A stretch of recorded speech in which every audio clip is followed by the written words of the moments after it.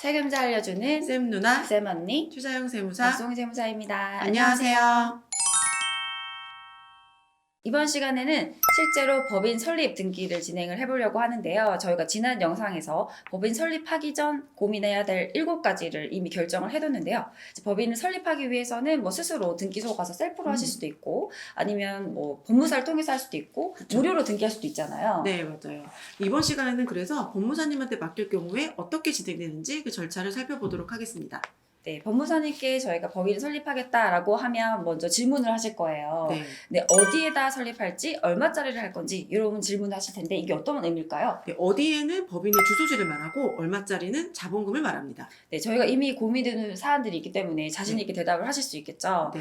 네, 그렇게 말씀을 드리면 법무사님이 2가지 서류를 또 보내주실 거예요. 네, 첫 번째는 견적서를 보내주실 거고, 두 번째는 이러이러한 서류가, 이러이러한 정보가 필요합니다라는 자료를 주실 거예요. 네. 견적서에는 보면 이제 자본금에 대한 등록세와 교육세, 이 세금 부분이 있을 거고, 네. 밑에는 업무를 진행하는 데 필요한 수수료 정보가 있잖아요. 네. 이것들을 보시면 세금 부분은 우리가 지난 시간에 이미 확인했기 때문에 여러분들이 생각했던 금액과 맞는지 확인하시면 되고요. 나머지 금액을 가지고 이 법무사님과 저 법무사님은 이렇게 다르구나. 수수료를 비교하셔서 법무사님을 결정하실 수도 있고, 물론 이제 법무사님이 어떤 업무를 더 해주실 건지에 따라서 법무사님을 결정하시면 되는데, 어쨌든 법무사님이 결정이 되어 있었다면 그러면 두 번째 요청하신 정보와 서류를 전달 드려야겠네요. 정보라고 하면 저희가 지난 시간에 이미 다 결정해 놓은 것들이에요. 그거를 몽땅 다 법무사님께 드리면 됩니다. 네, 법인 이름 뭐 4개 정도 후보가 있을 거고, 사업 목적, 어떠한 사업을 할지 목적사항이 있을 거고, 자본금을 얼마로 할지, 그리고 그 자본금의 주주는 누구인지, 임원은 어떻게 할지, 그리고 법인 주소는 어떻게 할지 이런 정보를 채워서 보내면 되는 거죠. 네, 이렇게 채워서 보내면 이제 임원이 결정됐기 때문에 임원분들의 경우에는 좀 서류가 많이 필요해요. 인감도장, 인감증명서, 주민등록 등본이 필요하고, 그냥 임원이 아닌 주주분들의 경우에는 막도장, 그리고 제일 중요한 거 자본금에 대한 잔고증명서까지 잘 챙겨서 준비해 주시면 됩니다. 네, 이러한 도장과 서류를 준비를 했는데 그럼 이걸 어떻게 보내나요? 우편으로 보내라고 하시는 경우도 있긴 한데 좀 걱정되잖아요. 그래서 이럴 경우에는 법무사님한테 미팅을 요청하시면 돼요.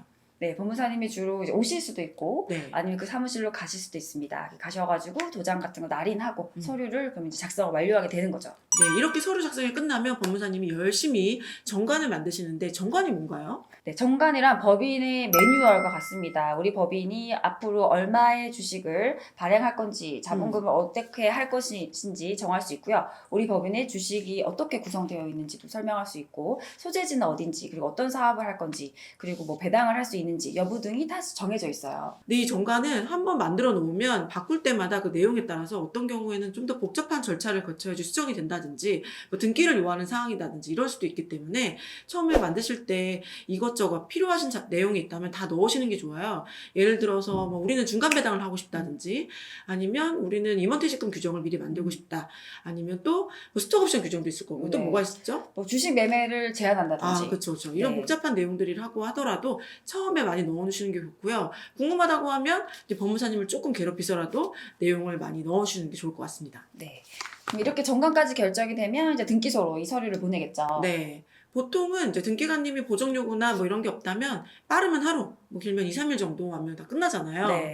끝나면 그러면 이제 어떻게 확인이 되나요? 네, 이제 등기가 완료되면 법인 등기 번호가 생기겠죠. 그럼 네. 이 서류를 우편이나 파일로 보내주시겠죠? 네. 이 우편을 잘 살펴보시면 그 안에 중요한 것들이 많이 들어가 있는데, 열심히 작성해 놓으신 정관의 원본, 그다음에 주주명부, 그다음에 인감도장, 인감보안카드, 또 여러 통의 인감증명서, 여러 통의 법인등기부등본 이런 것들이 들어가 있습니다. 네, 이러한 서류를 바탕으로 저희가 이제 사업자 등록도 할 수 있고, 법인 통장도 개설할 수 있는 거잖아요. 네. 그럼 이 서류 발급받은 거를 앞으로 쭉 이거밖에 못 쓰는 건가요? 그렇지 않죠. 다 썼다고 하면 새로 발급받으실 수 있는데요. 법인 등기부등본 같은 경우는 인터넷으로 발급받으실 수 있어요.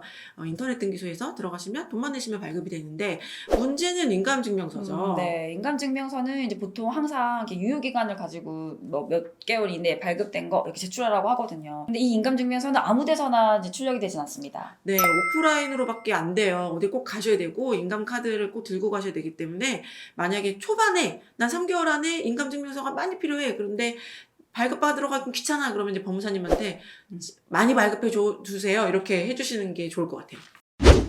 네, 그러면 이제 법인의 등기가 나왔으니까 이제 이 등기를 가지고 이제 실제 사업을 시작을 해야겠죠. 네. 네, 다음 시간에는 이 등기를 바탕으로 사업자 등록, 세무사 업무를 한번 살펴보도록 하겠습니다.